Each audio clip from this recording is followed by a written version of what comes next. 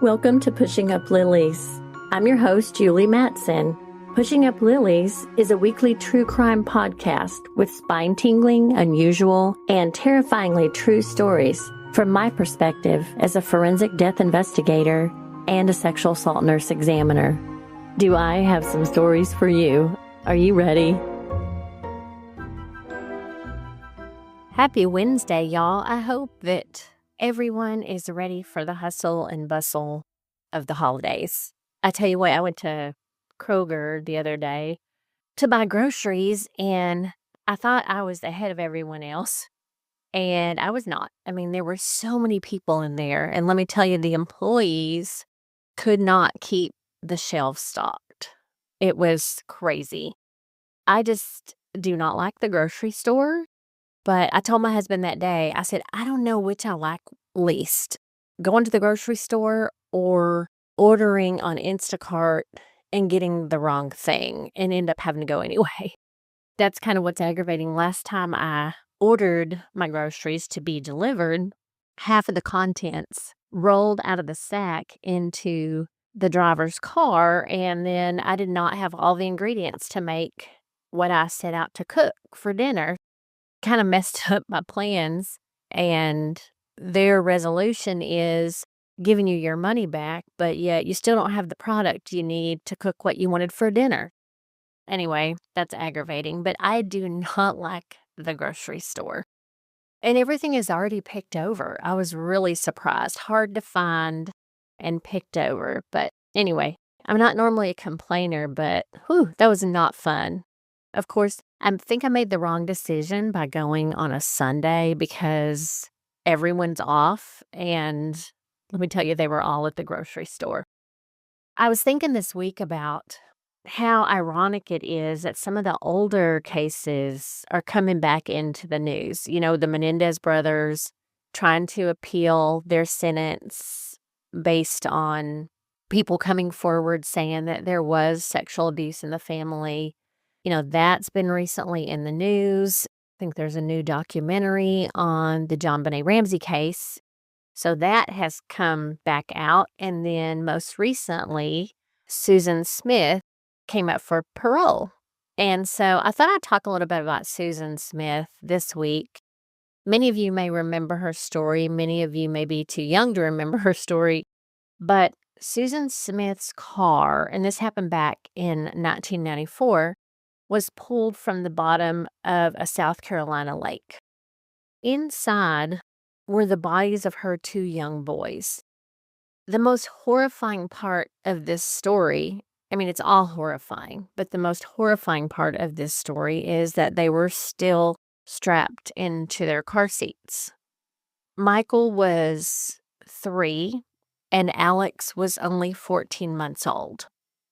If you can imagine a 3-year-old and a 14-month-old, I don't even know that they would try to get out because they may not even know how. I don't know, a 3-year-old maybe, but a 14-month-old, I mean, they're not even going to know they need to get out. I don't know. It's just horrifying to think of what she put these kids through.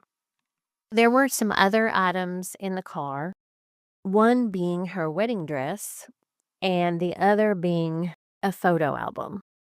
So she leaves her 2 kids strapped in the car seat, her wedding dress, and a photo album, and these were all pulled from the bottom of the lake.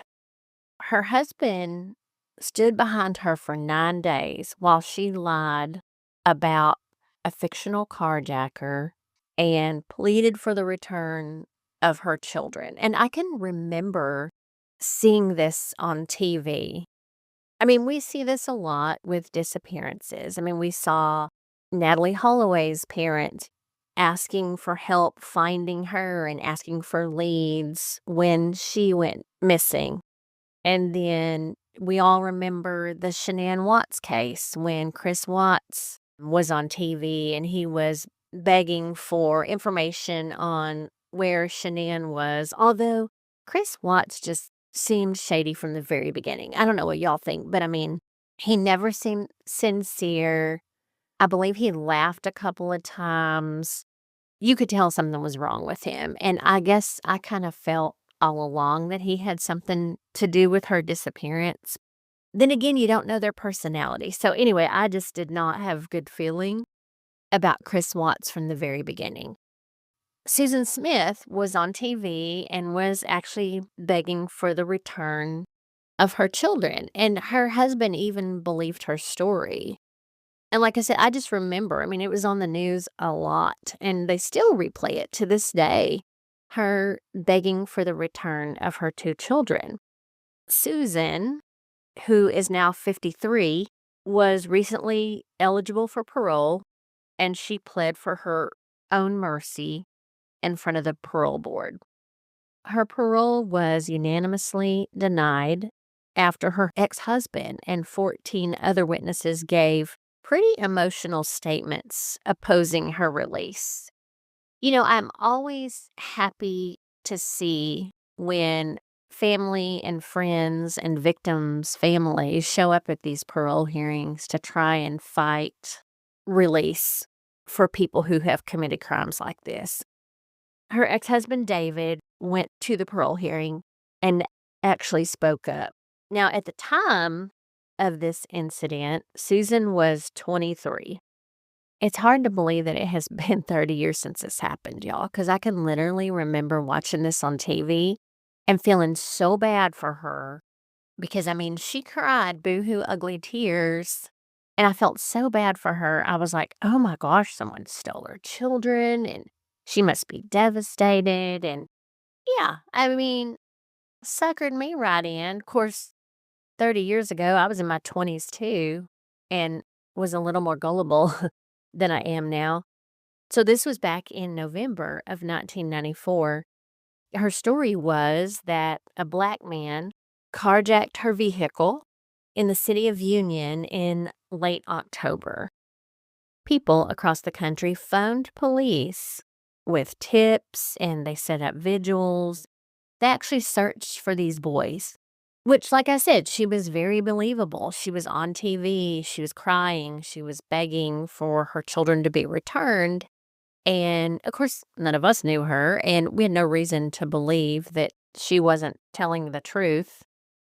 The boys had actually been in the water for 9 days. Investigators were skeptical of her story from the start.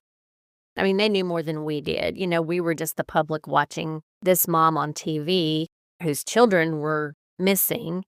Investigators knew more, and they were always skeptical. Susan eventually confessed to rolling her car into the lake. At the 1995 murder trial, it was actually revealed that she was having an affair with her boss's rich son, and he had broken up with her because he didn't want children. Now, I don't know how many of you are single, but I can remember back in my single days, issues coming up with boyfriends or, when I was in relationships where they would say things about my children or make comments about my children. And you know what, dude? Like, my children trump you. Like, I'm sorry, but if this is a contest, like, you're going to lose. I don't understand the whole concept of putting a man before your kids. I know many people have done that. I know Susan Smith's story is not the first and the last story about a woman who would risk losing her children or even kill her children for a relationship. I mean, they're obviously not thinking straight. I do not understand it. But it happens every day. I mean, it happens every day where, women abandon their husbands and kids to be with somebody else who doesn't want kids. And I mean, I couldn't imagine going my whole life without having my kids around. I mean, it was never a question. Like I said, when I was dating before I got married, if you said something about my kids, like, you're pretty much out, I mean, this is not going to be a relationship if you can't get along with my children. They come with me and we're a package deal. And bye, Felicia, I'm not going to do it. Anyway, he broke up with her because he did not want children. Smith's attorney actually claimed, and this was kind of her story, that it was a botched murder-suicide, that Susan was suicidal and depressed because of the breakup, and she intended to stay in the car and kill herself and her 2 children. But the car, during the investigation, they found that the car floated for about 6 minutes. That helped them with the determination during the trial that she actually had time to save the kids. She actually could have gotten the kids out of the car in that amount of time. David, her ex-husband, said that he knew that she purposefully meant to end their lives. And, we all know that. I mean, a defense attorney is going to try to come up with a story that makes sense and kind of pulls at the heartstrings of the jury. Oh, this poor girl, like somebody just broke up with her. She was so sad. She was depressed. She was going to kill herself and her children. And she backed out at the last minute and didn't have time to save them. There may have been some people on the jury who bought that story. I mean, who knows? We get people of all ages, all backgrounds, different ethnicities. I mean, everyone has life experiences that are going to make them feel certain ways about the situation.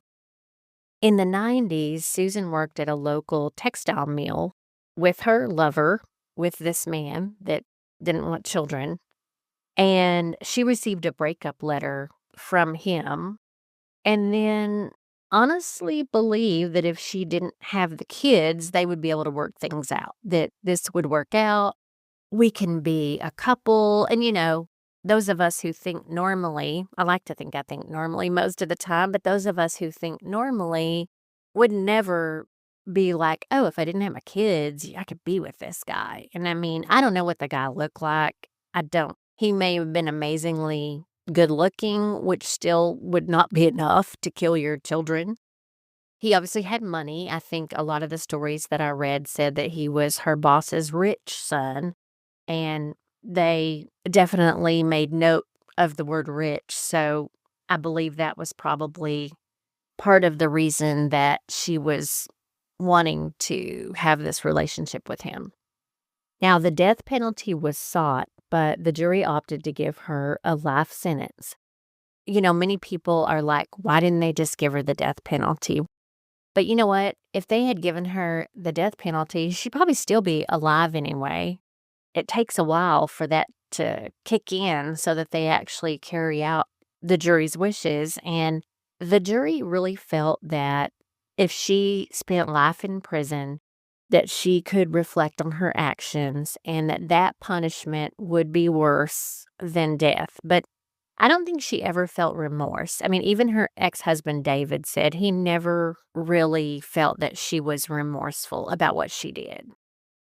As of the first week of November, and this is this year because she was coming up for parole, the Office of Victim Services had actually received at least 360 letters, emails, and messages about her parole hearing.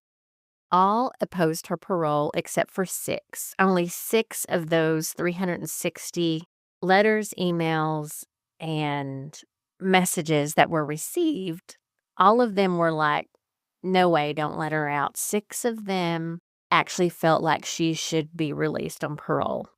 Parole is only granted for violent offenders about 8% of the time. So that's not very often. And I mean, this is a violent offense. You killed someone. You didn't just kill one person. You killed 2 people. And they were innocent children.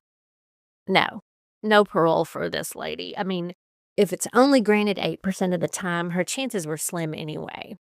With all of the backlash that they received from people in the letters, and with David stepping up at the parole hearing, there was absolutely no way. So I looked a little bit into Susan Smith's history. I know that people struggle many times with mental health issues if they have a bad upbringing or issues with their family that caused, I don't know, maybe PTSD or something like that. But Susan did have kind of a rough upbringing.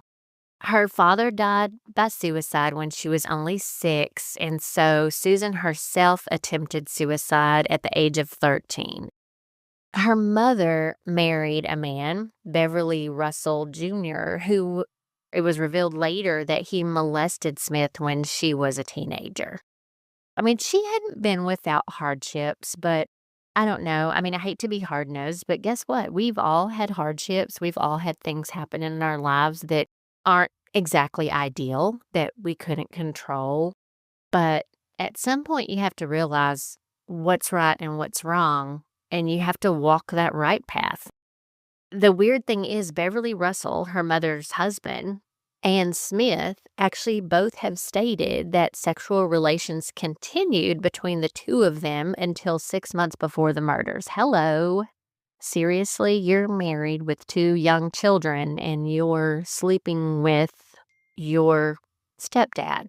I mean, gross, but also, I don't know. This is weird. In 1989, Smith actually made a second suicide attempt after a married man she was in a relationship with ended their affair. This is definitely a trend with her.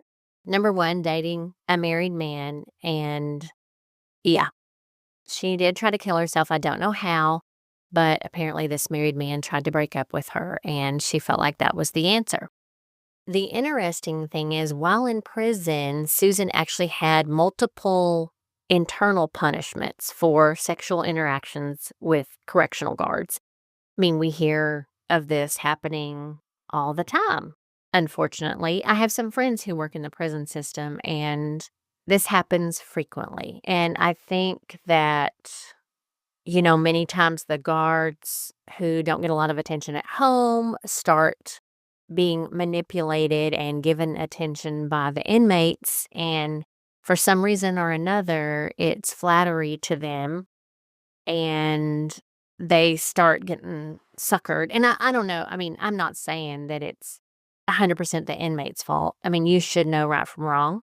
But I think they get attention that they don't get at home, maybe. And the inmates learn. I mean, they learn from each other, but a lot of them are already manipulators and they know how to take advantage of people. They know if they befriend a correctional officer or even a nurse at the prison that they may be able to get something smuggled in or they may be able to get some sort of special privileges. And in this case, Susan's special privileges were sexual interactions with these correctional guards. She also, while she was there, had drug possession charges. While you're in prison, it's not like she was, 100% on her best behavior while she was there.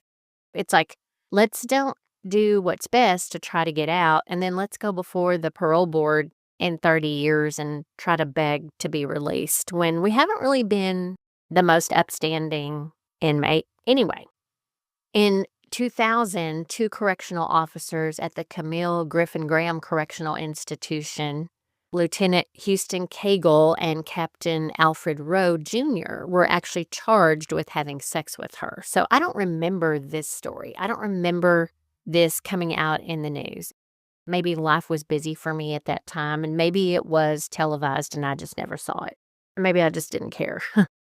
Apparently, these two correctional officers did get in trouble for this. Consequently, she was moved to Leith Correctional Institution in Greenwood because of this.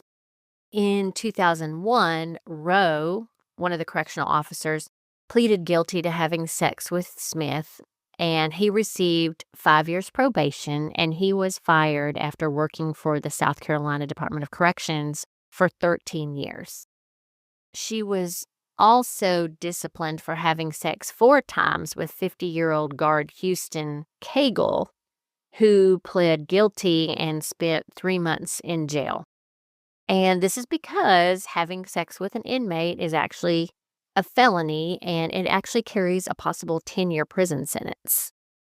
This is because there is no such thing as consensual sex between staff and inmates. Susan qualifies for parole every 2 years. Now, every 2 years, she's going to go before the parole board. I'm sure that her ex-husband, David, will be there to fight this every step of the way. I think I had read somewhere that he actually told them that if she got out now after 30 years, that would mean that she only served 15 years per child as punishment, and he made the comment that that was not enough. I mean, that's a good point. That's not enough, but I feel like that he will actually be there for every parole hearing and he will fight this, and I would too. I mean, I don't know how y'all feel, but I would be there as long as I could and fight her getting out every step of the way. She's been manipulative. Not that having affairs with married men is illegal, but she obviously isn't a good decision maker, and I think she's just fine where she's at. I don't think she needs to go anywhere. Now, David has actually moved on, and he has been married to Tiffany Smith, and they have a 23-year-old daughter. I can only imagine, like, the grief that he went through losing 2 children. I mean, losing 1 is bad enough, but losing 2 and then realizing that your wife is actually responsible would be devastating. That would be so hard to get past, but it sounds like he is doing well, remarried, has a daughter that's grown, and he's fighting her getting out. I'm glad of that. I'm glad of that. But I don't know, I'm curious how y'all feel about, the recent reports of the Menendez brothers trying to appeal their sentence and whether or not that'll go back to trial. I'm kinda curious to see. I saw this, like, all these old cases are coming up again, and I thought, "Man, these people have been in prison for 30 plus years." I can't even remember how long the Menendez brothers have been in prison, but they've been there for a minute, and now all of a sudden it's like, "Let us out. We told the truth," but I don't know. I mean, we'll see how that goes down. I'm still kinda watching that. There's a couple of new documentaries out on them. I've seen one of them, but I think there's one that I have yet to watch. Anyway, I am glad that she did not get out and that she is going to remain behind bars, at least for another 2 years, and we'll see what happens then, but crossing my fingers that the parole board denies her parole again next time, and the next time, and the next time. I hope that y'all are gearing up. I'm curious how many people have their tree up. I put my tree up just because I wanted it to be up when the kids came over for Thanksgiving. We're actually gonna attempt to cook a traditional Thanksgiving meal this year. I'm not the best cook in the world. My mom couldn't cook, and so I did not grow up in a household where she taught me how to make all these amazing recipes like many of you may have. I wanna be, but I just feel like nothing I cook really tastes good. It's not my grandma's food. Nothing that I eat is my mother-in-law's food. Any of my mother-in-laws, they were all amazing cooks, or my grandma's food. My mom's food was kind of out of a can, so that wasn't, like, exceptional as far as that goes. But, yeah, I kinda miss the holidays when, aunts and uncles and everybody came to grandparents' house, and now that we've all gotten older, traditions have changed. I'm curious to see, like, what kind of family traditions everybody has. I'm trying to come up with something new. I have a 5-year-old granddaughter, and just wanna come up with, like, new fun ideas. I think this year we might all get matching pajamas, and everyone's gonna spend the night on Christmas Eve, and we're gonna stay up late watching Christmas movies and baking gingerbread cookies. A couple of years ago, I wanted to start a tradition where we would take the carriage rides through downtown Dallas and look at all the beautiful Christmas lights in Highland Park. And although I love that idea, it normally when we go, it is really cold, sometimes drizzling rain, miserable. I mean, the lights are still pretty, but you're miserable because you're freezing, and it's super expensive. So, there's that. I mean, I don't know. I think that just starting new traditions because things do change when, your parents pass away and your grandparents pass away and family dynamics change and people get older and then, you start having kids and grandkids and starting your own traditions. It's kind of fun to start over, but then sometimes you miss the days when you were little and you could just show up at your grandparents' house and all the food was cooked and, all you had to do is set the table or whatever and play with your cousins. Those were the days. Anyway, now I had to get over 50 and do the cooking. It's just not as fun anymore. No, I enjoy being around family. Anyway, I hope that y'all have an amazing Thanksgiving. I hope that y'all stay safe and don't hurt anybody on Black Friday. I always love seeing the stories on the news back in the day where people used to literally attack one another at Walmart and Kmart and Target, literally fighting over that last scooter that was $19.99, on Black Friday. It's kind of crazy, but I do like that all the stores have started having their sales early and giving you a chance to access some of those specials before the actual Black Friday. And I love Cyber Monday, y'all. There's something to be said about being able to shop online.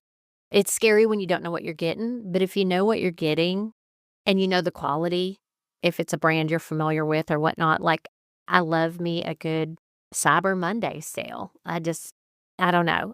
Shopping is not as fun anymore because the stores are crowded and there's tons of traffic, and maybe that shows my age. I don't know. But anyway, I hope y'all have an amazing holiday, and I'll talk to y'all again before Christmas and the New Year. Just be safe, and I look forward to talking to you next week. Bye, y'all. Thank you so much for joining me today on Pushing Up Lilies. If you like this podcast and would like to share with others, please do me a quick favor and leave a review on Apple Podcast. This helps to make the podcast more visible to the public. Thanks again for spending your time with me, and be sure to visit me at pushinguplilies.com for merchandise and past episodes.